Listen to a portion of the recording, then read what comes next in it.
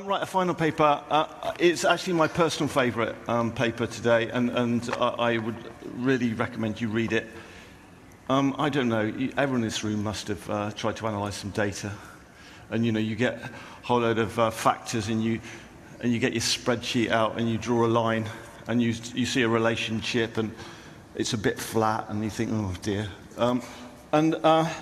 This paper really unveils the value of some properly intelligent analytical techniques to separate the wheat from the chaff.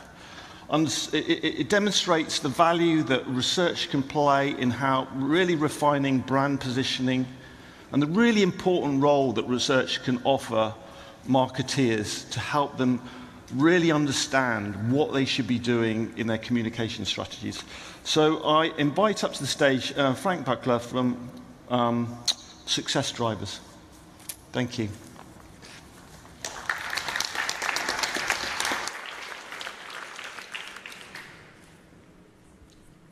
Hello, everyone. My name is Frank Buckler. I'm the founder and CEO of Success Drivers. Do you know this problem? After several qualitative research, focus groups, and expert interviews, you gain quite a good understanding of what might be important. But you're not really sure how important all those dozens of factors are and how they interrelate with each other.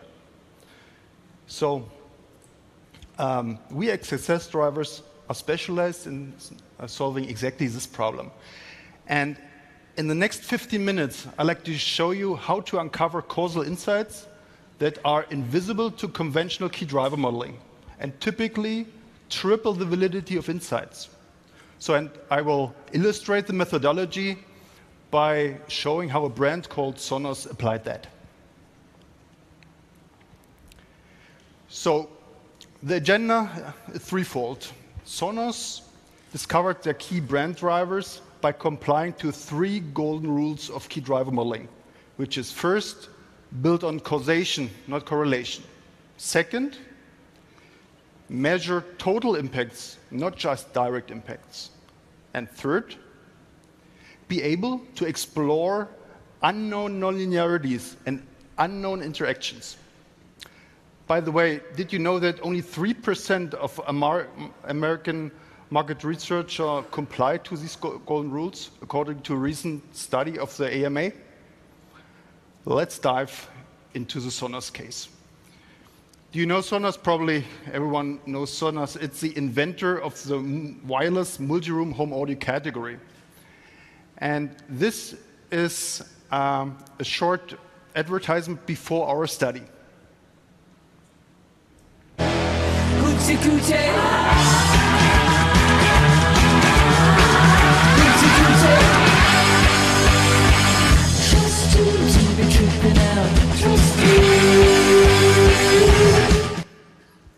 Wow. So as you have seen, they were mainly driving awareness, but then they got doubts that this is still the right approach in their market situation. So that's why we conducted the study. What we did was we took the Sonos brand tracking data, 10 countries, 13,000 cases, and built a causal path model out of it. Specifically, we were using the universal structure modeling approach. For the quants in the room, it can be seen as a structure equation modeling, which is enhanced by latest machine learning techniques. And further, it comes with simulation techniques that overcomes the black box problem of machine learning techniques. So specifically, the analytical process is as follows. At first, we're connecting the dots. We allow every variable to influence any other variable, and we can take out those connections, which obviously doesn't make sense.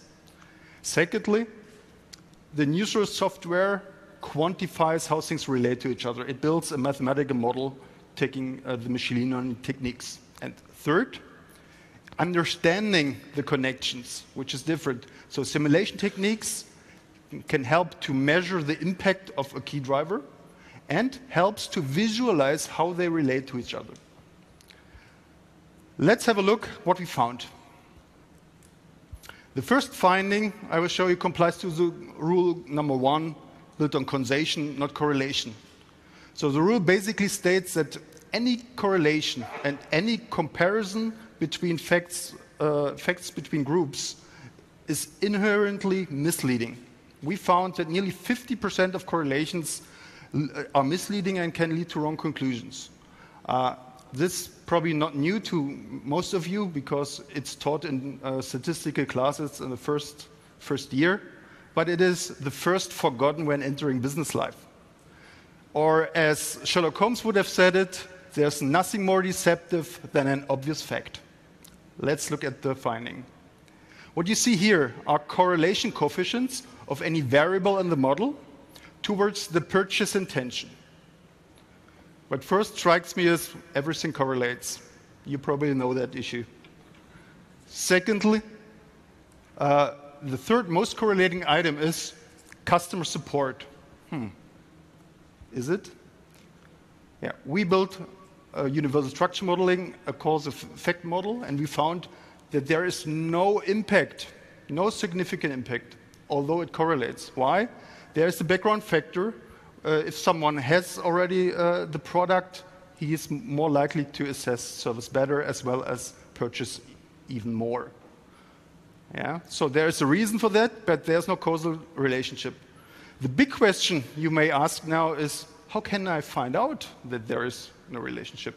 And that's why I have brought with me a physical model, which in 1 minute can explain everything to you, how basic regression modeling works. So these are two success drivers, number of products you own, and the assessment of the customer support. The height is the purchase intention.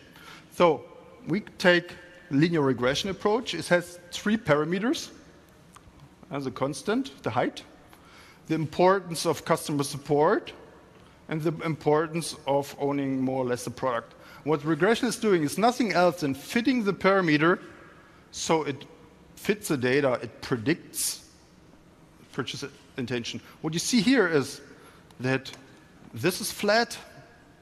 Their customer service is not important. It is not needed to predict purchase intention. Although it correlates, higher assessment, more purchase intention. But it's not needed, and therefore we find with this simple technique what the direct impact of something is.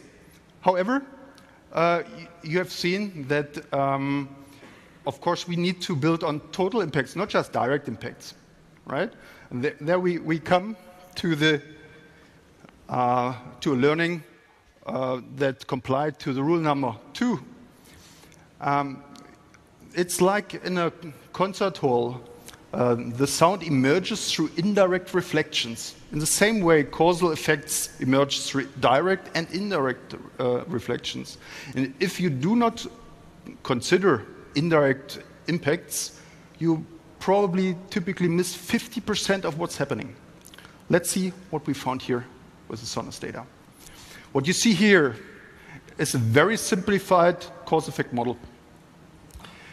Purchase intention is the main driver. Brand identification is the main driver of purchase intention. Sound experience is the main driver of brand identification. So this means sound experience has no direct impact on purchase intention. But it's important. It's an indirect effect. And you need to understand that to understand the full effect. The same is true for the Sonos-specific features, multi-room feature and sound software updates. They can be taken to reason why Sonos provides a great sound experience. But they have no direct effect. They have indirect effect. And we learned that those items are important, although there are no direct effect. So with traditional key driver modeling, we haven't found that insights. So let's come to the third insight we gained. It complies to the rule number 3. You need to be able to uncover unexpected nonlinearities, unexpected interactions. So why is it so important? Because reality is that way. Let's take this tree. According to conventional key driver modeling, this tree would grow perfectly. The lack of water is overcompensated by a lot of sun. But of course, this is ridiculous, right? Reality is different. you need both water and sun at the same time. The statistical term is there is an interaction. So there's no single importance of water. It depends on how much sun you have. So there's also a nonlinearity. More sun is good, but too much is bad, right? So there is no single parameter describing the importance of sun. There is no single parameter describing the interaction and so forth. So let's see what we found in the Sonos data. What you see here, it's not a scatter plot. It is the separated causal effect of latent variable relaxed emotion onto brand consideration. And with conventional linear models, we would have found a flat relationship, no impact. But indeed, with the machine learning techniques, we were able to uncover nonlinear impacts, a saturation effect. So it's very important to prevent no relaxed emotion. So it's very important to have some relaxation in the communication. It's not important to be maximally relaxed. So this doesn't drive further impact. So that's an interaction we found without expecting it upfront. And we found an interaction. So we found that certain subgroups that are described by attitudinal variables, they have a different function. Yeah? For them, it's not the saturation effect. For them, this is a real delighter. This subgroup really loves relaxation. You should maximize that for this subgroup. So this is an interaction that the variable has no importance by itself, but it depends also on some conditional factors. The important point is now, you cannot find that with traditional methods, because if you have 100 variables, you have 10,000 combinations of interactions. It's impossible to test that with conventional techniques. Therefore, it's important to leverage those explorative machine learning techniques. So, and I also can show you how this works in this simple model. It's like, let's take this one, this guy. He even wants to buy even more. He's really enthusiastic, but he has only maybe one item, so he has not so much of the product. And regression is failing here because it cannot fit. Yeah? The assumptions are too restrictive. The more the better is the assumption. So this fails to describe the data. Therefore, what you need is machine learning, or you can also view it as a universal regression, because it's more flexible. It adapts to reality and can find out that there's an optimum. Right? So having some product really is the indicator for buying a lot of more. When you have already a lot, you don't buy so much more, right? That's how it works. So